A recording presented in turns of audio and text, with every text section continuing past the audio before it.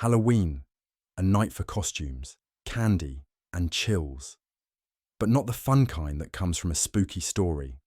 No, tonight we delve into the real-life horrors that have stained this holiday with an indelible darkness. Stories that will make you question if the monsters are truly just wearing masks. We'll journey into the darkest corners of Halloween, uncovering the stories of those who met their end on a night meant for fun.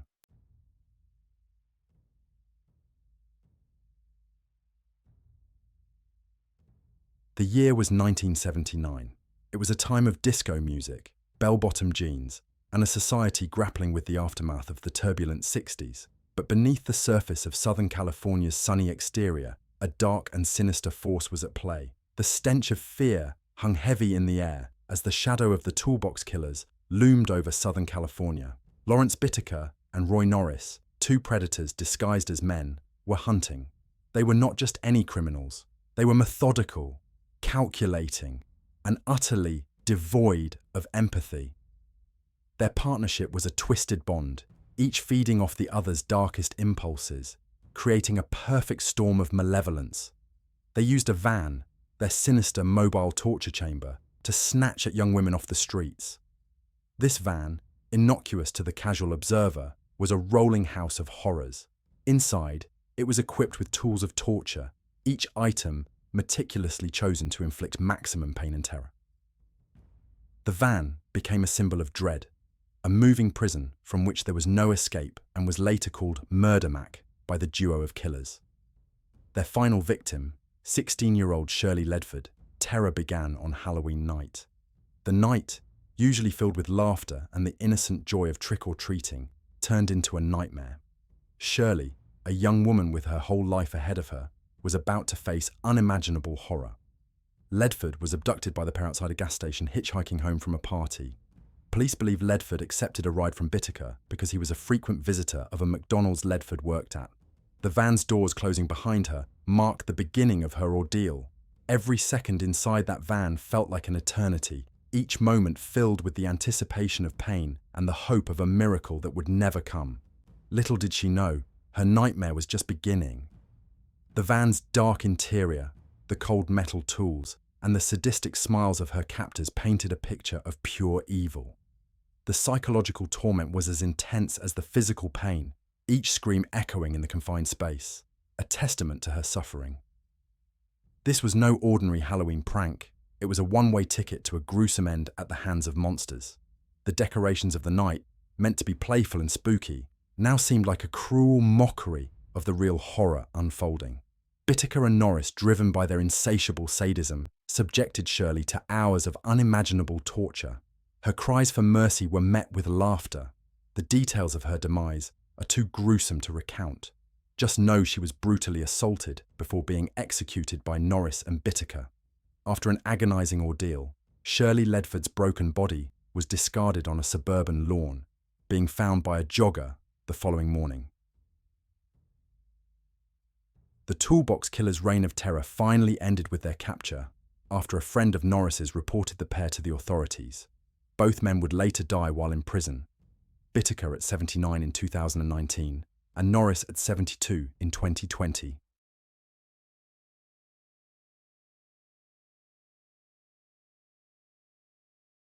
Pasadena, Texas, 1974. The air was crisp, filled with the excited chatter of children dressed as their favorite ghouls and goblins. Among them was 8-year-old Timothy O'Brien, his plastic pumpkin clutched tight, eagerly anticipating the sweet bounty of Halloween night. But for Timothy, this Halloween wouldn't end with a sugar rush. It would end in a tragedy. Picture this. The O'Brien family returns home after a night of trick-or-treating.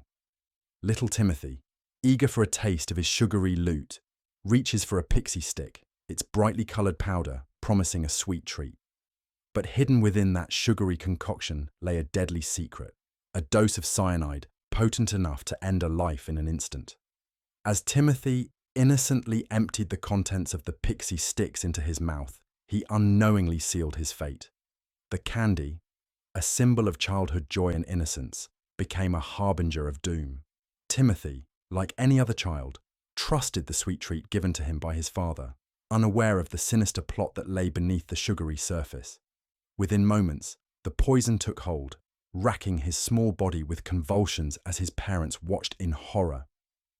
The scene was chaotic, filled with screams and desperate cries for help. Paramedics rushed to the scene, their faces grim as they tried to save the young boy.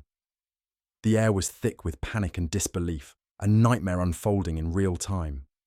The sweet taste of candy transformed into the bitter sting of betrayal, for the one responsible for Timothy's murder was none other than his own father, Ronald Clark O'Brien. A man who should have been his protector, his guardian, had become his executioner. The revelation was a gut-wrenching blow to everyone who knew the family, a betrayal that cut deep into the fabric of trust and love. Driven by greed, Ronald had laced his son's candy with cyanide, hoping to cash in on a life insurance policy. The cold, calculated nature of his actions was chilling. He had meticulously planned the murder, purchased the poison and taken out the insurance policy, all while maintaining the facade of a loving father. His greed knew no bounds, and he was willing to sacrifice his own flesh and blood for financial gain. Imagine the depths of depravity, the chilling calculation it took to use your own child as a pawn in a twisted game of money and murder. Ronald's actions were not those of a desperate man, but of a cold-hearted individual who saw his son as nothing more than a means to an end. The darkness in his heart was unfathomable, a stark contrast to the innocence and purity of his young son. Timothy's death shocked the nation, shattering the illusion of safety surrounding the cherished Halloween tradition. The news coverage was relentless, with every detail of the tragic event being dissected and analysed. Communities were left in a state of shock, parents holding their children a little tighter, and Halloween, once a night of fun and excitement, was now tainted with fear and suspicion. Ronald Clark O'Brien, the man who should have been his son's protector, became a monster in the eyes of the public. The evidence against him was overwhelming, and he was soon convicted of Timothy's murder and sentenced to death. Even in the face of his impending doom, Ronald maintained his innocence, but the world knew the truth. The case of the poisoned pixie sticks became a chilling reminder that evil can lurk in the most unexpected places, even within the supposed safety of one's own home. Timothy O'Brien's tragic end serves as a stark warning that sometimes the most terrifying monsters are not the ones we imagine in the shadows, but the ones we welcome into our lives.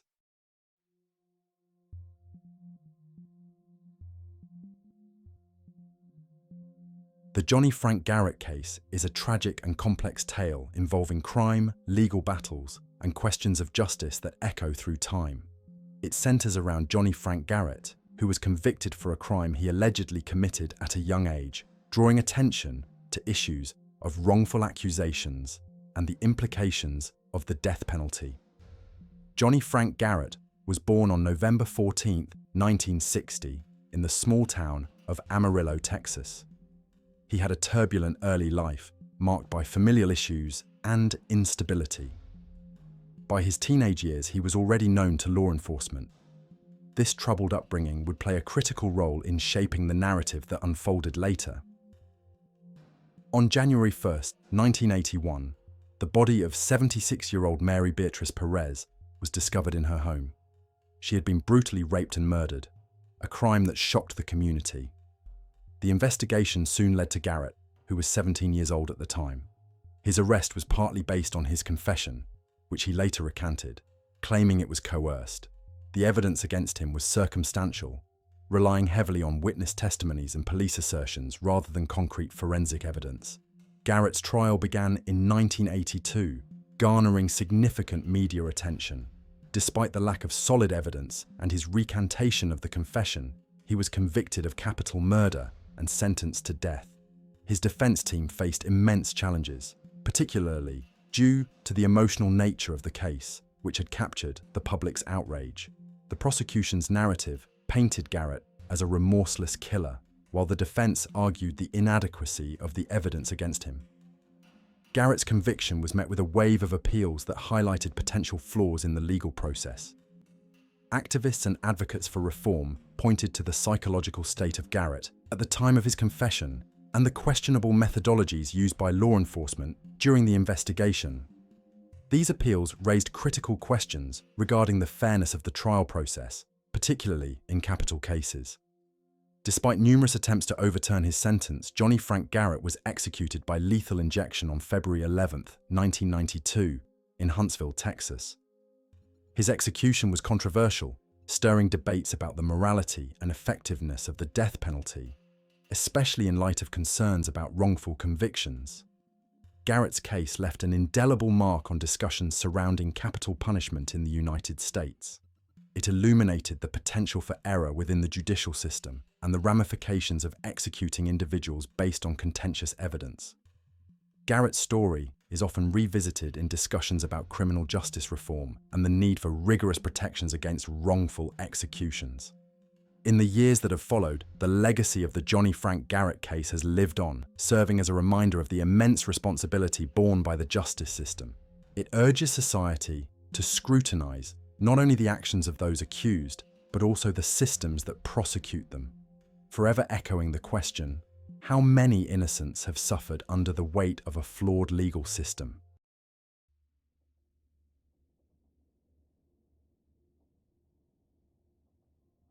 The William Liske case, often referred to as the Liske family murders, is a tragic and harrowing incident that took place on Halloween Day in 2010. The case centers around the murder of 3 family members: William Bill Liske, his wife Susan, and his stepson, Derek Griffin. The grim discovery of their bodies shocked the small community of Martin, Ohio, and revealed deep familial tensions that ultimately led to this horrifying event.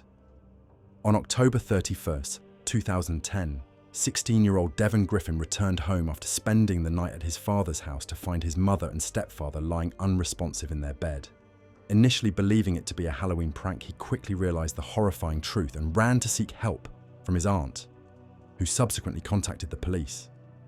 Investigators described the scene as particularly disturbing, with blood spatter found throughout the room. Bill was shot multiple times, while Susan had also been assaulted before her death. The order of the murders is believed to have involved Derek being killed first with a blunt object, possibly a hammer, before Bill and Susan were shot. The relationship between B.J. Liske, William's son from a previous marriage, and Susan had been strained and fraught with conflict. The ongoing tensions led to multiple physical altercations between the two, which eventually resulted in B.J. being asked to leave the family home. Despite this, evidence suggested that B.J. had been present in the house during the murders.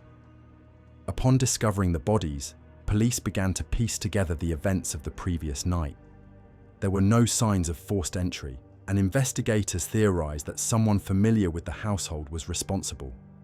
B.J. was tracked down to a family hunting cabin where critical evidence, including a bloody hammer and a .22 caliber rifle, linked him to the murders. DNA evidence from the victims was also found on his clothing. B.J. Liske was charged with the murders and ultimately accepted a plea deal, pleading guilty to 3 counts of murder in exchange for being spared the death penalty. He was sentenced to 3 life terms without the possibility of parole. However, he died by suicide in prison in 2015, 4 years after the sentencing. The Liske family murders remain a tragic reminder of the effects of familial discord and mental health issues. The case not only devastated the immediate family, but also left an indelible mark on the Martin, Ohio community, highlighting the often hidden dangers that can exist within family dynamics. Overall, the case serves as a chilling account of a Halloween that turned into a real-life horror story, shocking all who learned about it.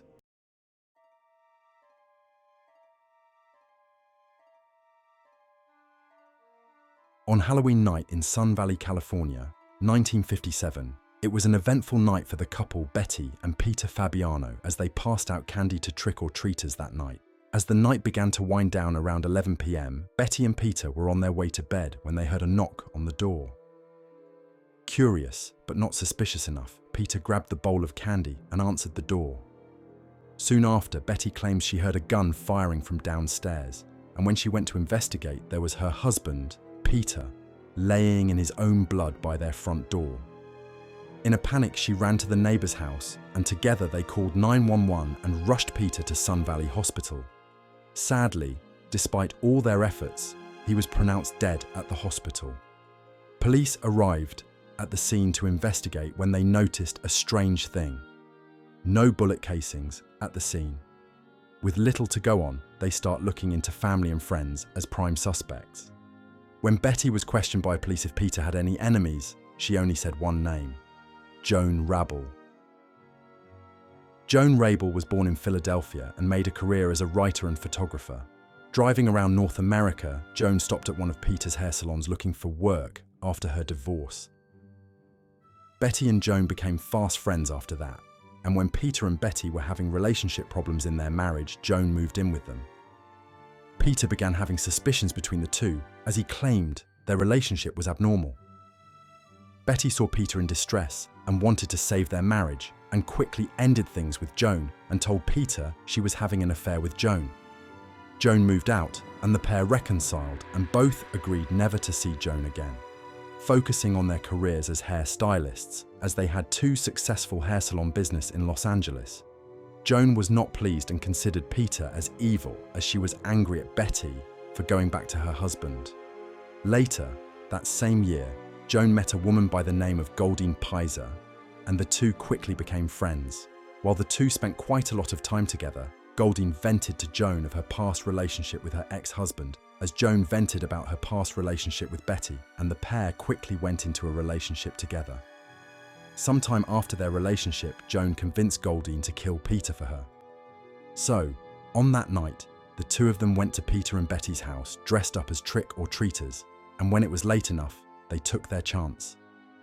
A couple of weeks after the investigation, they arrested Goldine and Joan as the murders of Peter Fabiano. They both were sentenced to life in prison.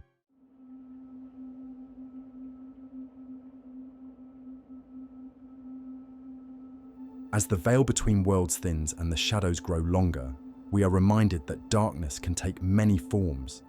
From the calculated brutality of the Toolbox Killers to the poison candy of a heartless father, these chilling tales serve as a stark reminder to be vigilant, to cherish life's precious moments, and to never underestimate the power of a darkened path.